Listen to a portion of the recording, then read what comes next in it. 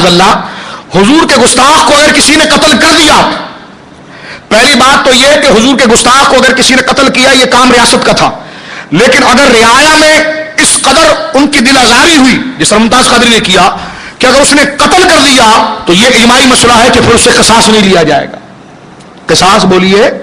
نہیں لیا جائے گا۔ اب یہاں دو مسئلے کھڑے ہوتے ہیں، کیا سلمان تاثیر مرتد تھا؟ میں یہ بھی کنفیوز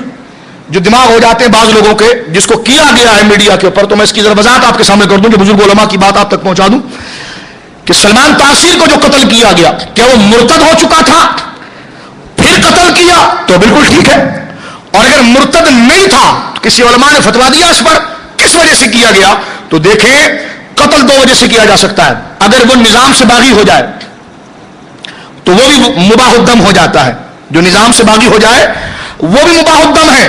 اور جو مرتد ہو وہ تو مباح الدم ہے۔ اس کی مثال شرائع کے اندر ذکر کی جاتی ہے کہ حضرت مولا کائنات نے جس وقت خارجیوں پر تلوار اٹھائی اور ان کا قتل کیا تو صحابہ نے یہ کہا کہ حضور یہ نمازیں پڑھتے ہیں، حضرت علی سے کہا یہ نمازیں پڑھتے ہیں، حضرت علی نے فرمایا ہاں اس اعتبار سے تو یہ ہمارے بھائی ہیں لیکن نظام کے لیے فساد کا باعث بن رہے ہیں اور باغی ہو رہے ہیں لہٰذا ان کو قتل کیا جائے گا۔ تو جس طرح خارجیوں کو فساد کی وجہ سے قتل کیا گیا ہے اسی طرح سلمان تاثیر فساد کا باعث تھا، ممتاز قادری نے اس کو قتل کر دیا۔ اگر ارتداد ہے تب بھی مباح الدم ہے اور فساد ہے تب بھی مباح الدم ہے، اور فساد کی باتیں ایک نہیں،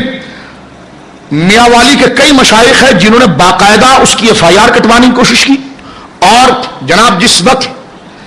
جج کے پاس یہ مسئلہ پہنچا تو چیف جسٹس نے صرف یہ ریمارکس دے کر ہٹا دیا کہ ہمارے آئین میں گورنر کے اوپر کوئی دفاع نہیں لگتی، ورنہ اس FIR میں اور اس مدعی نے جو مشائخ ہیں اور پیران نظام میں بڑے بڑے علماء ہیں میاں والی کے، ان کا فردی بیان ہے، انہوں نے کہا ہم نے اپنے کانوں سے اپنے سامنے اس کی گستاخیاں سنی ہیں،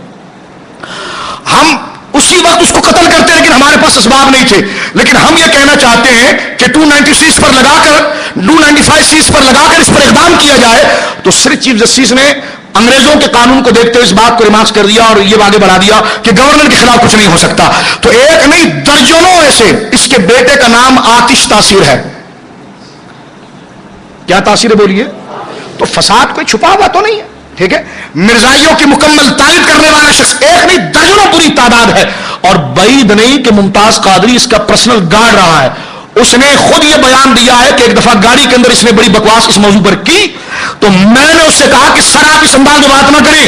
یہ بات اسلامی عقائد کے خلاف ہے، اس نے شٹ اپ کہہ کر مجھے خاموش کر دیا۔ تو تنہائی میں ممتاز قادری نے وہ سنا کہ جو فساد تھا اور اس کے جذبات مجروح ہوئے اور اس نے جذبات مشتعل کیے حضور کے عشق میں اور اس نے اس کا کام بجا دیا، اور وہ شریعت میں بالکل جائز تھا اور ہمارے نزدیک وہ مباح الدم ہے۔